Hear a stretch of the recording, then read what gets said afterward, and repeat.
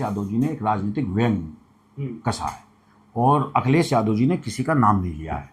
माननीय अखिलेश यादव जी ने एक बात कही कि हमारे साथ पास में गठबंधन में कुछ ऐसे लोग आ गए थे जिनको हमने 54 से रुपया बना दिया और वो फिर भी हमें छोड़ के अब चले गए। अब जब नाम नहीं लिया है तो फिर मुझे एक बात बताओ, आप लोगों को बुरा क्यों लग रहा है? एक राहत इंदौरी जी एक हंसी मजाक में अपने मुशायरे में स्टार्टिंग में शेर सुनाया करते थे कि मैंने एक दिन एक जगह खड़े होकर अपने मुशायरे में कह दिया कि देश की सरकार चोर है, सरकार कह दिया सरकार चोर है। अगले दिन पुलिस आई उठा के ले गई, थाने में बैठा लिया। दरोगा जी ने पूछा कि आपने देश की सरकार को चोर कहा? कहला मैंने चोर कहा, लेकिन मैंने किस देश की सरकार चोर है ये तो नहीं कहा। पाकिस्तान की है, अफगानिस्तान की है, अमेरिका की है, हमारे देश की किसकी नहीं है। तो दरोगा हंसा, कहला इसका मतलब हमें आप बेवकूफ़ समझते हैं, हमें पता नहीं है किसकी सरकार चोर है, कौन सी सरकार चोर है, हमें पता नहीं है। तो जब 54 से 1 रुपए की बात की और लोकदल के कार्यकर्ता, लोकदल के नेता उस बयान को अपने ऊपर ले गए तो अब वो समझ रहे हैं इस बात को 54 से रुपया किसने किसको बनाया, वो समझ रहे हैं। और देखिए सबसे बड़ी बात मैं आपसे कहना चाहता हूँ, ये बयान 54 वाला कोई अखिलेश जी ने नहीं कहा। 2023 में 22 में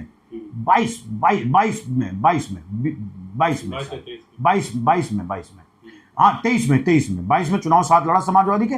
23 में जब मीडिया ने पूछा कि आप एनडीए में शामिल होंगे मुजफ्फरनगर की एक रैली में, उस समय जयंत जी ने कहा कि मैं 54 थोड़ी हूं जो पलट जाऊंगा। उस टाइम जयंत जी ने कहा 54 थोड़ी पलट जाऊंगा, तो जयंत जी ने इस बात को कहा था।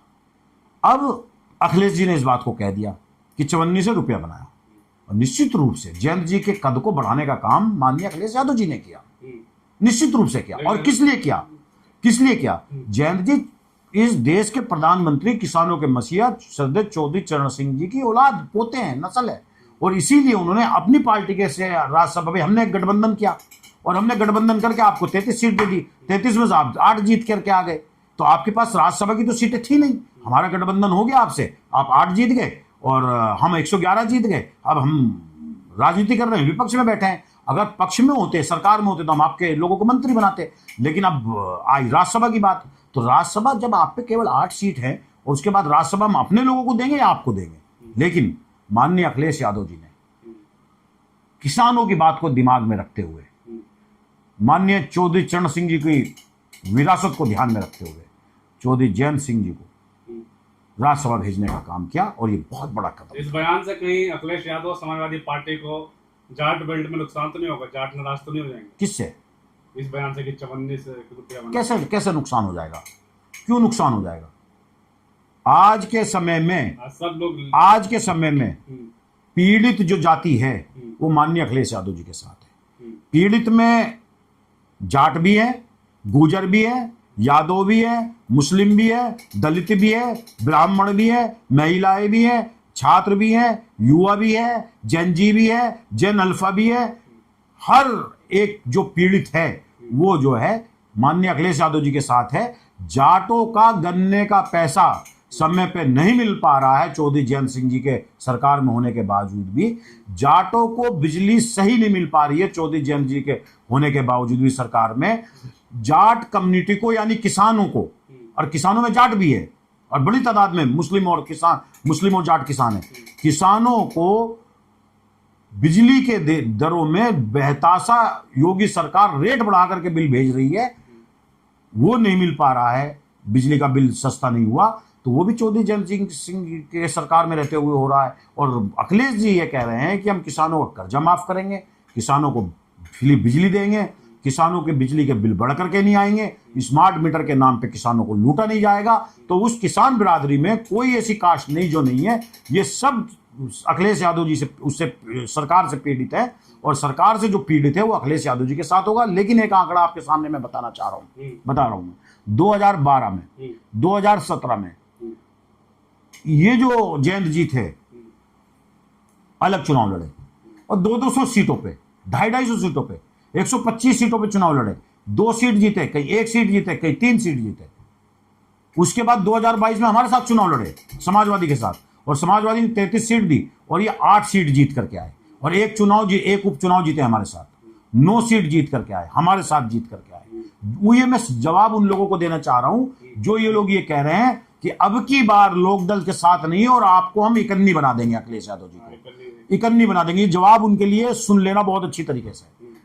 2022 में आप हमारे साथ लड़े तो आप 9 सीट जीत गए, और जब आप अकेले लड़े तो आप 2, 1, 3 इससे ऊपर नहीं बढ़ पाए। और जब 2022 में 2024 में आप हमसे अलग होकर एनडीए के साथ गए तो हम 5 सीट थे 2019 के लोकसभा चुनाव में, और 5 सीट में से हम आ गए, हमारे पास आ गई 37 सीट लोकदल के बिना, 37 सीट। और जो लोकदल ये कहती है हम अखिलेश यादव जी को चवन्नी बना देंगे, वो लोकदल जब बीजेपी के साथ मिलकर के चुनाव लड़ी उत्तर प्रदेश के अंदर लोकसभा का, तो वही बीजेपी जो 72 सीट पे थी और 80 का दम भरती थी, वही बीजेपी 32 पे आगे रुक गई। यानी कि समाजवादी ने पूरे देश में जो बीजेपी का परचम लहर रहा था उस परचम को तोड़ने का काम किया बिना लोकदल के, और हम 37 पे पहुंचे जब लोकदल हमारे साथ नहीं थी। और उसी लोकदल के साथ ना होते हुए हम मुजफ्फरनगर से हरिंदर मलिक जी चुनाव जीत करके आए, कैराना से इकरा हसन चुनाव जीत करके आई, और सहारनपुर से इमरान मसूद चुनाव जीत करके आए उसी लोकदल के बिना। और जाट समाज ने, जाट भाइयों ने, किसान समाज ने, मुसलमान समाज ने, दलित समाज ने, ब्राह्मण समाज ने माननीय अखिलेश यादव जी पर यकीन करते हुए, राहुल गांधी पर यकीन रखते हुए समाजवादी गठबंधन को, इंडिया गठबंधन को दब के वोट दिया। आप इस बात को सोचें, जो लोग हमारे पे सवाल खड़ा कर रहे हैं हम इकन्नी बना देंगे माननीय अखिलेश यादव जी को। माननीय अखिलेश यादव जी इस समय पूरे हिंदुस्तान के तीसरे नंबर के सबसे बड़े नेता हैं लोकसभा के अंदर। पूरा पश्चिम उत्तर प्रदेश का पीड़ित समाज अखिलेश यादव जी के साथ है।